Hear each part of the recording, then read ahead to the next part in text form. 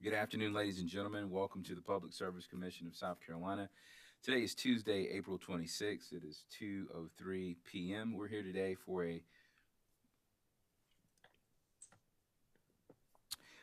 application for the application of NetMove Logistics Certificate of Public Convenience and Necessity for operation of a motor vehicle carrier Class E certificate.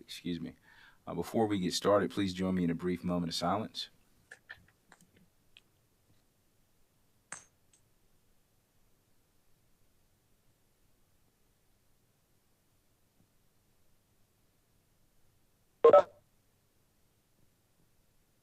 Thank you, ma'am. Thank you, sir. Present in the hearing room, we have Commissioner J. Williams, Caston, and Belzer. Joining us virtually, we have Commissioners Williams, Thomas, and Irvin.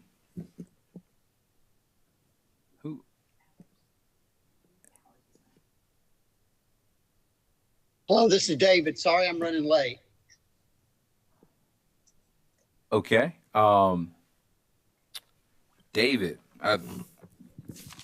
Mr. Chairman, that's David Thurston, the president of the company. We've had some problems connecting him, but he's managed to use a phone. And okay, Mr. Thurston, thank you for joining us. I'm not sure you understood what was going on. Yeah, he just sort of popped up on us there. That's fine. Mr. Thurston, we're just going through roll call of commissioners, and we'll get to you soon, sir. All right, thank you. All righty. All right. Attorney Moser. Thank you, Mr. Chairman. Good afternoon, commissioners and parties. We are here today, as stated, for the proceeding in docket number 2022-39-T regarding the application of NetMove Logistics, LLC, doing business as NetMove, for a Class E household goods certificate of public convenience and necessity for operation of a motor vehicle carrier with statewide authority. The proceeding has been scheduled for today, April 26, 2022, at 2 p.m., and this hearing will be conducted virtually. The docket is in order. Thank you, Mr. Chairman.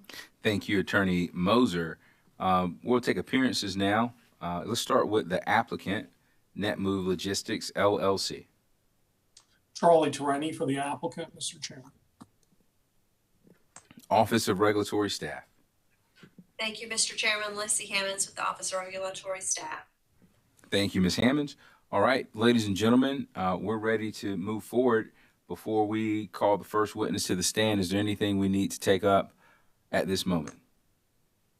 Mr. Chairman, I'd move to introduce the application into evidence, along with an amended page 6 that was filed on April 25th.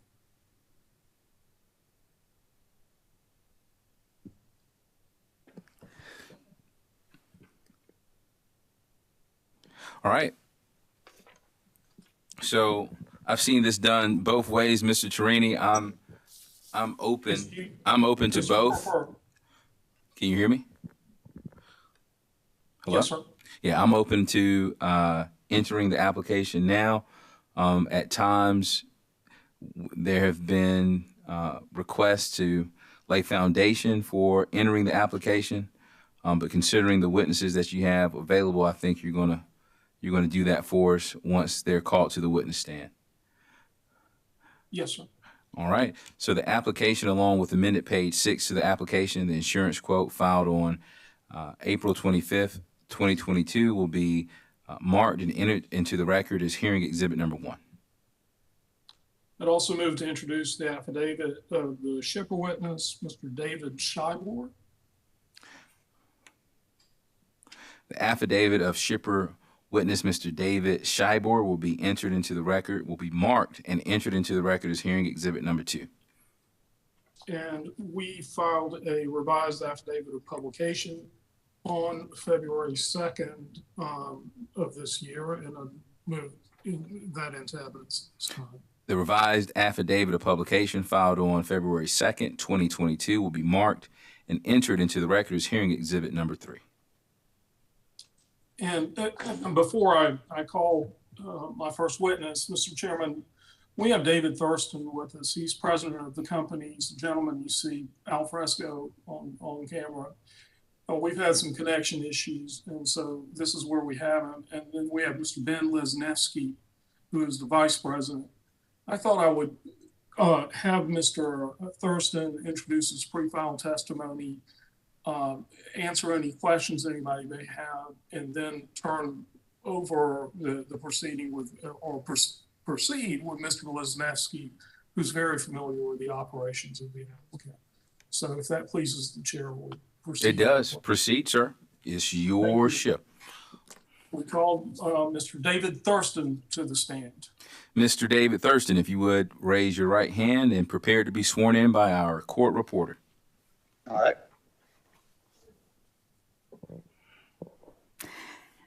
Do you solemnly affirm the testimony you're about to give will be the truth, the whole truth, and nothing but the truth? I do. Thank you. Hello, Mr. Thurston. I'm glad you could make it. Let's tell the commission your name for the record and your business address, please. David Thurston, and I'm the owner of NetMove. Okay. And does NetMove have an office at 2032 Gateway Boulevard in Charlotte? It does, yes. That's by the airport, if I'm not mistaken. A little north of that, yeah, kind of in the northwest corner inside the perimeter. Great.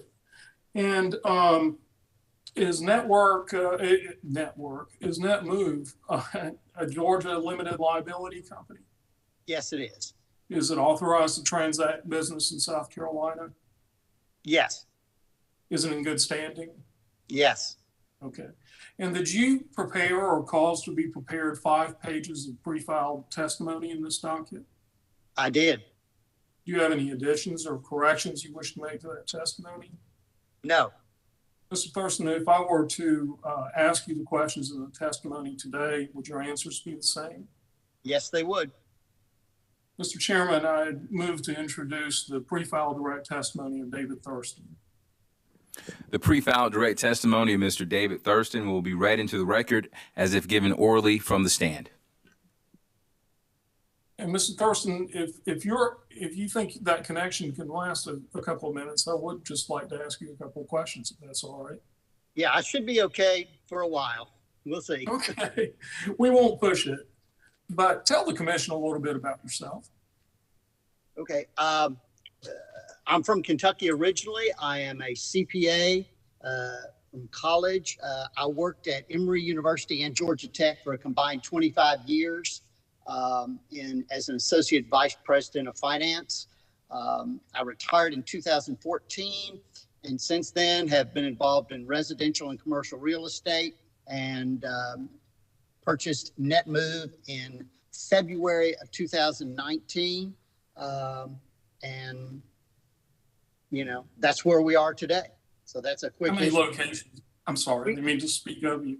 That's fine. How many locations now? do you We have Charlotte and Winston-Salem. Great. And is your company in good standing in the states in which it operates? Yes. Okay. And what made you choose the moving business? Well, I had a small storage company at one point, and honestly, when you advertise on the internet and you say storage, most of the phone calls you get are for local moving. And so I was paying for all these leads, and I said, I need to be in the local moving business also. And so that's really what got me in the local moving business is, you know, I was paying for this and I was getting it, but I was giving the business to somebody else. And so it seemed like a good thing that I should run the business, or at least hire some really good people to do the day-to-day. Is that Mr. Lesniewski? That's it. Yes. Okay. How many employees does your company hire? I'd say we've probably got 25 regular full-time in all the locations. We obviously ramp it up a good bit in the summer months. But even then, we tend to have a repetitive group of people that come back year after year. And you filed with the application a certificate of insurance showing liability coverage of $1 million per occurrence and $2 million in aggregate. There's also a cargo insurance certificate on the same certificate. It listed cargo coverage of 200,000 per occurrence and 500,000 in aggregate. Is that insurance still in effect? It is. Right. And are you affiliated with any interstate moving company? Yes. In all locations, we are agents for Wheaton Van Lines. Okay. And Wheaton Van Lines, is that a national moving company? It is. They're Van Lines out of Indianapolis, Indiana. Has NetMove ever had been sanctioned by either the Georgia Public Utilities Commission or excuse me, you're regulated. Let me ask you this. In Georgia, are you regulated by the Georgia Department of Transportation? Department of Public Safety, I think, Public Safety. What it is. Yes. Yes. And in North Carolina, you're regulated by the North Carolina Utilities Commission. Is that correct? Correct. Yes. Has either of these bodies ever revoked your certificate to operate? No. Are you in good standing with both of them? Yes. Okay. Thank you, Mr. Thurston. Well, actually, one last question. What are your plans for NetMove in South Carolina? You know, to grow the business, obviously we're in Charlotte, so we're like knocking on the door all the time. And we would often have the opportunity to make moves inside South Carolina, which we were prohibited from doing. So it's kind of that situation. We are just so close there that the business shows up and we're required to pass it on. And so, you know, it's to grow. Whether we grow toward the Greenville area, the Columbia area, is not sure yet. We just kind of look for those opportunities. Right. And you have the equipment and necessary to operate in the state? Yes.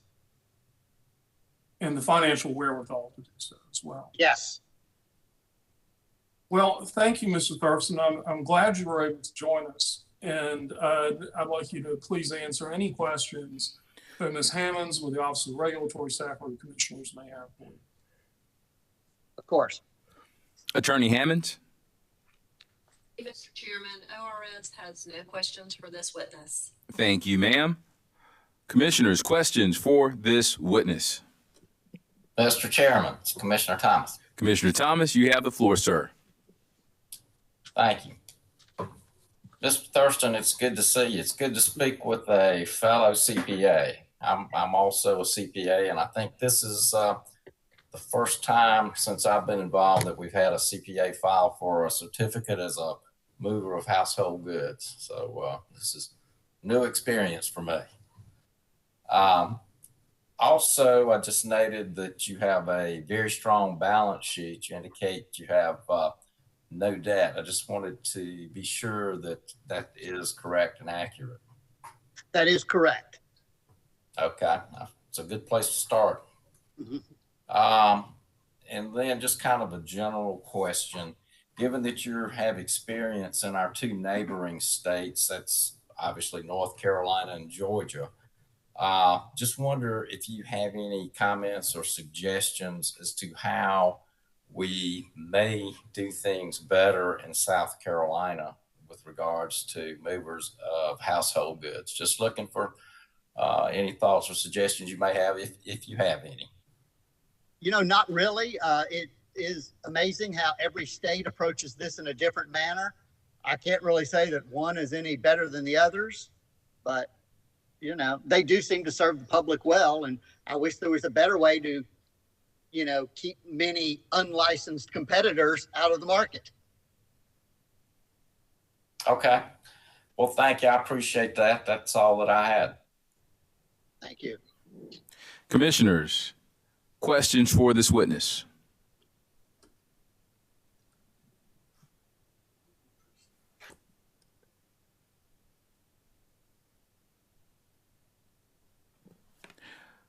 All right, Mr. Thurston, it appears there are no more questions for you.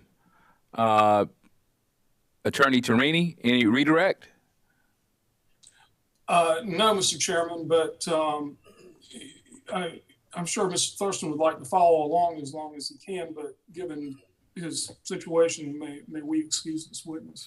Absolutely. Mr. Thurston, you may step down from the witness stand and you are excused, sir. You're welcome to stay tuned in and join us, but if you need to sign off, feel free to do so. I'll stay on as long as my battery's running. Sounds good.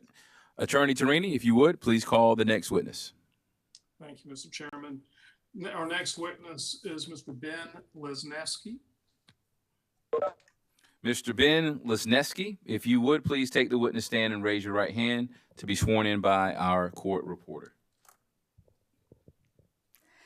Do you solemnly affirm the testimony you're about to give will be the truth, the whole truth, and nothing but the truth? I do. Thank you. Good afternoon, Mr. Lesneski. The first thing I'd like you to do is state your name for the record so we can find out if we're pronouncing it correctly. You are Ben Lesnevsky. Good job. Great. And your office is at 2032 Gateway Boulevard Correct. in Charlotte. Correct. Need you to say yes clearly for the court reporter. Yes. Great. And what is your title with NetMove? Vice President. And in how long have you worked with NetMove, Mr. Lesneski? I've been with NetMove for 3 years. I was with the storage company beforehand as well. Okay. And is this your first foray into the moving business, or have you been in the moving business before? No, this is my first go around with moving. I was a youth pastor for 12 years, so first Wow. time moving. Probably need to use some of those same counseling skills with your I mean, it's basically the same job. So. Okay. Let's tell the commission a little bit about your office at NetMove. You've listed a number of vehicles on your application, more than I recall. Do you know offhand how many trucks and vans you have in the Charlotte office? Yeah, so we have 4 pickup trucks. We have 16 trailers that are they're like 16-foot trailers. We really use those for storage, but sometimes we can use them for moves. We have now we have 2 box trucks. I believe we had 3 on there, but I did sell 1, so we are down to 2 on that. And that would be, well, we did just acquire a tractor trailer unit as well. A tractor trailer. Yes, sir. And you do both in-state and intrastate business out of the Charlotte office? That would be correct, yes. Okay. And did you prepare or work on preparing a tariff that we filed in the docket? Yes. Okay. And that tariff, one thing we should point out about this tariff that was filed last Friday is the page numbering on it is incorrect. It shows that it has 74 pages and would imply some pages are missing, and when in fact it does not have 74 pages, and that is the complete tariff, is it not? Yes. Okay, and we'll discuss its preparation or its details a little bit more in a minute. I want to go through some operational things, but in the meanwhile, Mr. Chairman, I would move the introduction of NetMove's tariff into evidence at this time. NetMove's proposed tariff as filed on April 25th, 2022 will be marked and entered into the record as hearing exhibit number 4. Thank you, Mr. Chairman. And on the same day, April 25th, Mr. Lesnevsky, did NetMove file a bill of lading, a South Carolina bill of lading with the commission? Yes. Okay. Do you have any changes or corrections you need to make to that? No. Bill of lading? And Mr. Chairman, I would move the introduction of NetMove's bill of lading filed April 25th and into evidence at this time. NetMove's proposed bill of lading, filed April 25th, 2022, will be marked and entered into the record as hearing exhibit number 5. Okay. Mr. Lesnevsky, I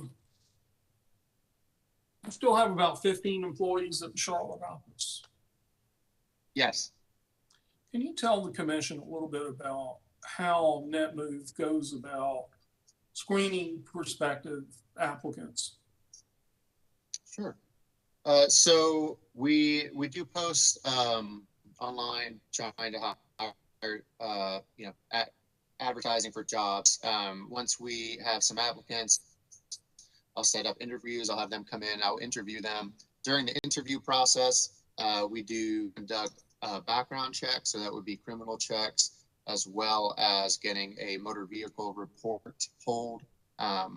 Once the reports come back, if they are trying to qualify as a driver, we send the motor vehicle reports to our insurance company. The insurance company will let us know if they are fit to be added to the insurance and to be qualified as a driver. Once the background checks come back, we will start a training process. And tell the commission about your training process.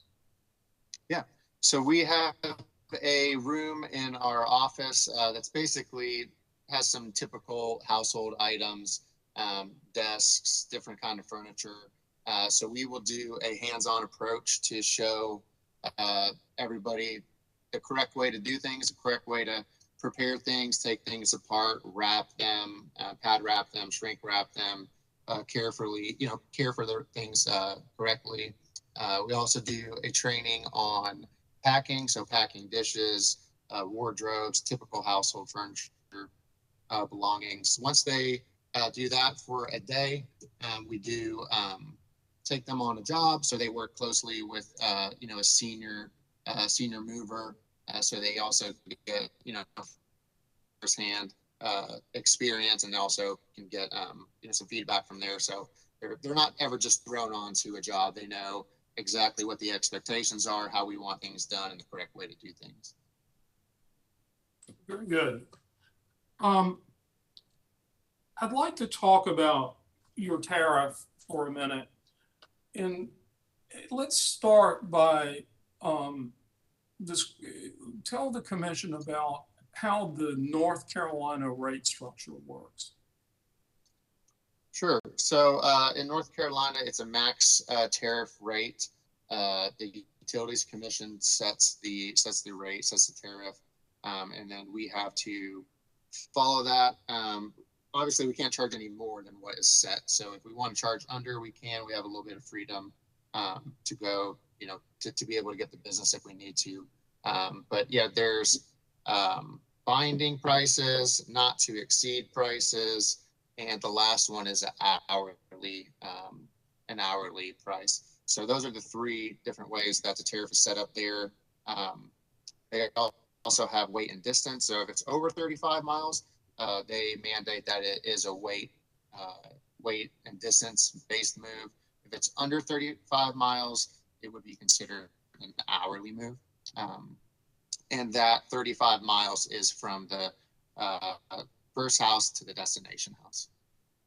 And you understand that South Carolina does not have a max rate tariff arrangement. Yes. So yes. In building your South Carolina tariff, did you begin with the North Carolina tariff provisions and conform them to South Carolina law? Yes.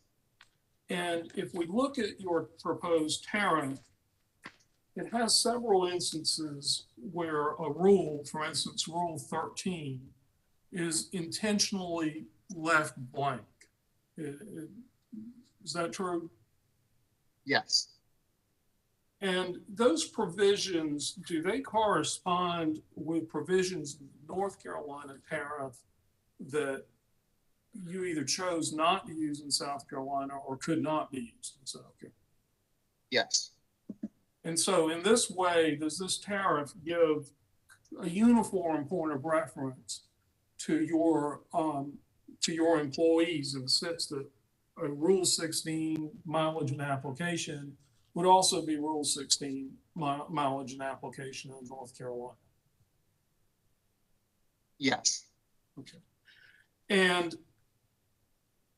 But you did delete, once again, provisions relating to maximum rates and estimates and things that are used in binding estimates and things that are used in North Carolina but not allowed and stuff. And yes, so that's correct. that's why this tariff may look a little unusual. But did you preserve the same division of charges between time charges and rate and weight-based charges for South Carolina and North Carolina? Yes, that's correct. Okay. So a move of 35 miles or less would be done on a timed rate, correct? Yes. And Yes. a move of 36 miles or more would be done on a weight-based rate. Yes, correct. Okay.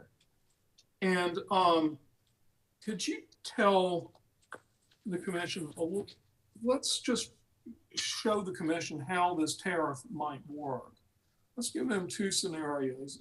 In the first scenario, I call you up and I'm in Fort Mill and I basically just want to hire you to move me across town.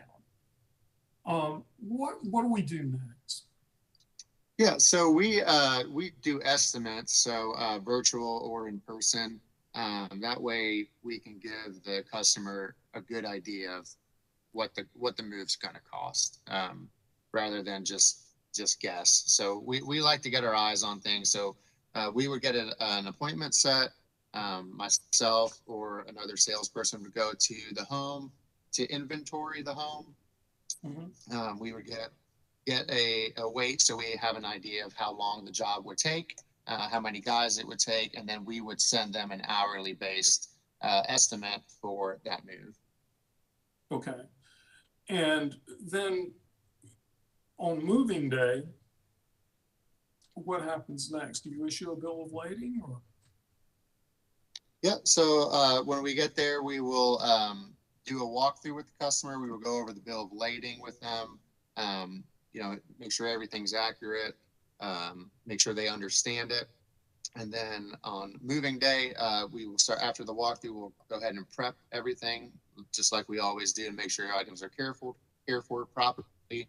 And then, at the end of the move, we'll go over all the charges with them, everything that we've done for them. They would sign off on the bill of lading when we complete unload.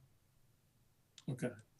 And the South Carolina bill of lading that you filed with the commission, I believe, is a little different from the North Carolina bill of lading.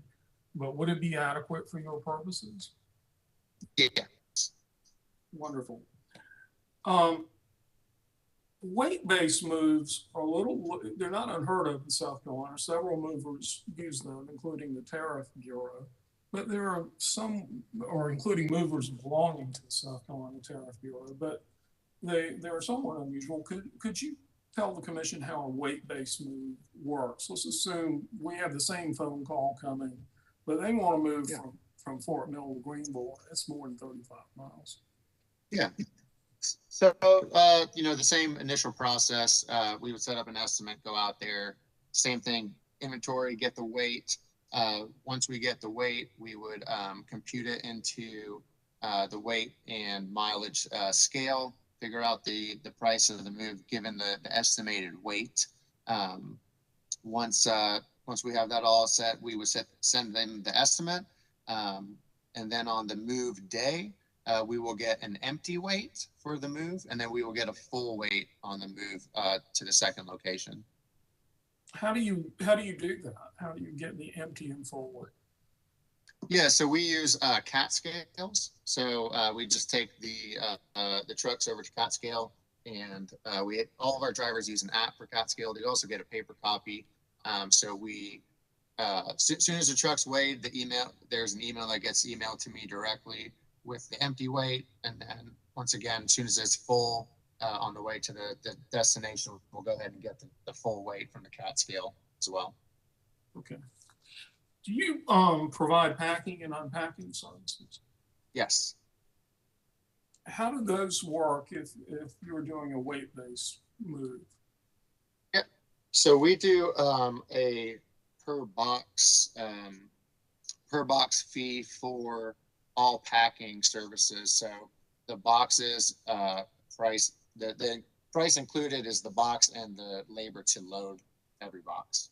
And those fees are on a schedule in your tariff, is that right? Yes. Okay. Your tariff also provides for straight time and overtime. Can you explain the difference between those and how they work? Yes. Yes. So typical hours would be 8 to 5. Anything after that, like a holiday or Sundays we don't do business. Saturdays would fall into the overtime category as well.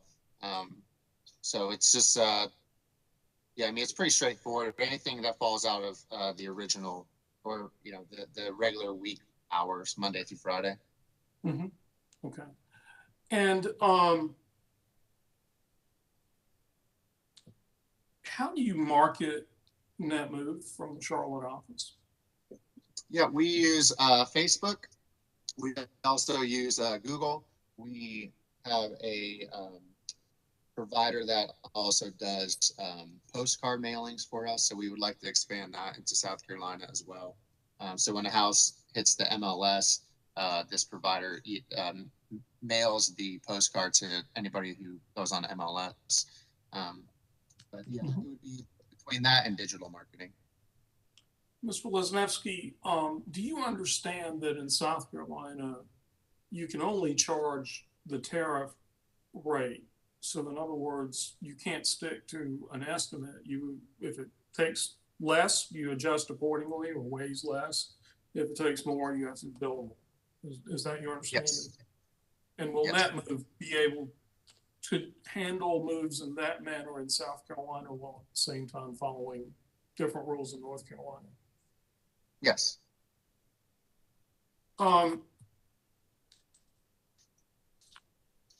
Why do you all believe, and I know Mr. Thurston spoke to this, but why do you think there's a need for NetMove's services in South Carolina?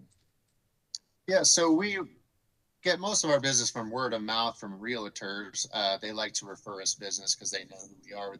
They know we do good business. And as you know, Charlotte is right on the border of North and South Carolina. So we get a lot of questions from our realtor partners saying their customers are looking for some movers. In the summer season, for sure, everybody's booked up, and but they know there's a need for somebody that they can refer business to that's going to do good quality business. So just on the basis of our own realtor, people are already referring us business, asking us to do business in South Carolina.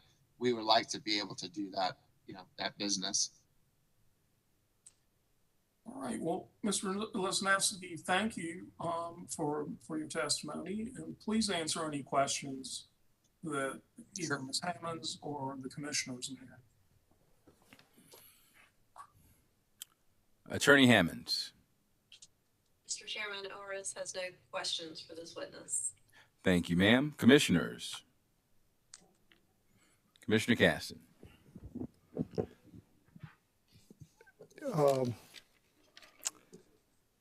Good afternoon, Mr. Lesniewski. Is that correct? That is correct. Good. Thank you, sir.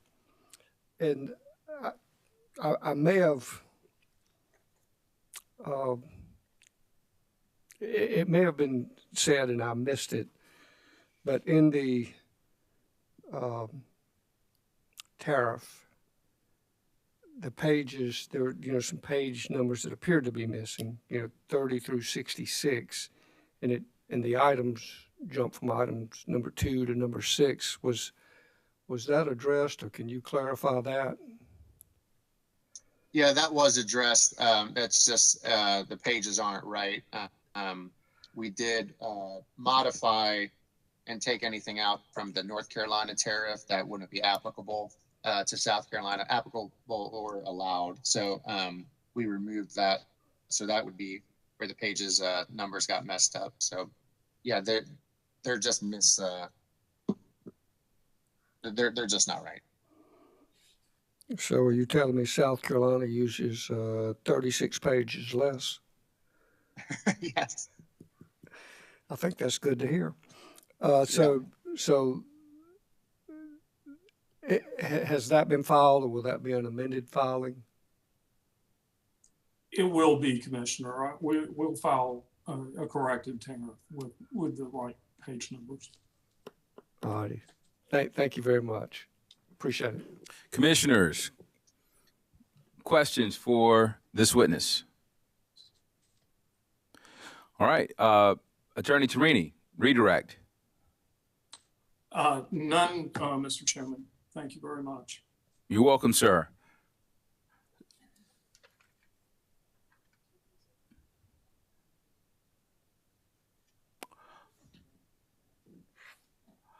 Attorney Tarini, do you plan to file a late file exhibit for the corrected tariff? Yes, Mr. Chairman. I apologize. I should have asked for leave to do that, but I would now. Ms. Tarini, no need to apologize. Ms. Joe Week is going to always keep us in check. Yeah. So we're going to have a late file exhibit, and that will be reserved. That reserved exhibit will be Exhibit 6, Hearing Exhibit 6. All right. If there's nothing else for this witness, sir, you may step down from the witness stand, and you are excused. Thank you. You're welcome. Attorney Tarini, is there anything else?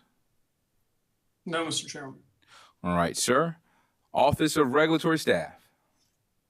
Thank you, Mr. Chairman. As you are aware, yesterday, April 25th, ORS filed a letter stating that we would not be filing testimony in this matter, but based on our review and inspection of the applicant's records and equipment, it is our opinion that the applicant will meet the requirements of fit, willing, and able. With that said, Mr. Chairman, I do have Mr. Thomas McGill of our ORS Transportation Manager available today. If the commissioners would like to ask questions of him. Thank you so much, Attorney Hammond. Attorney Hammond, would you seek to offer the ORS letter into evidence?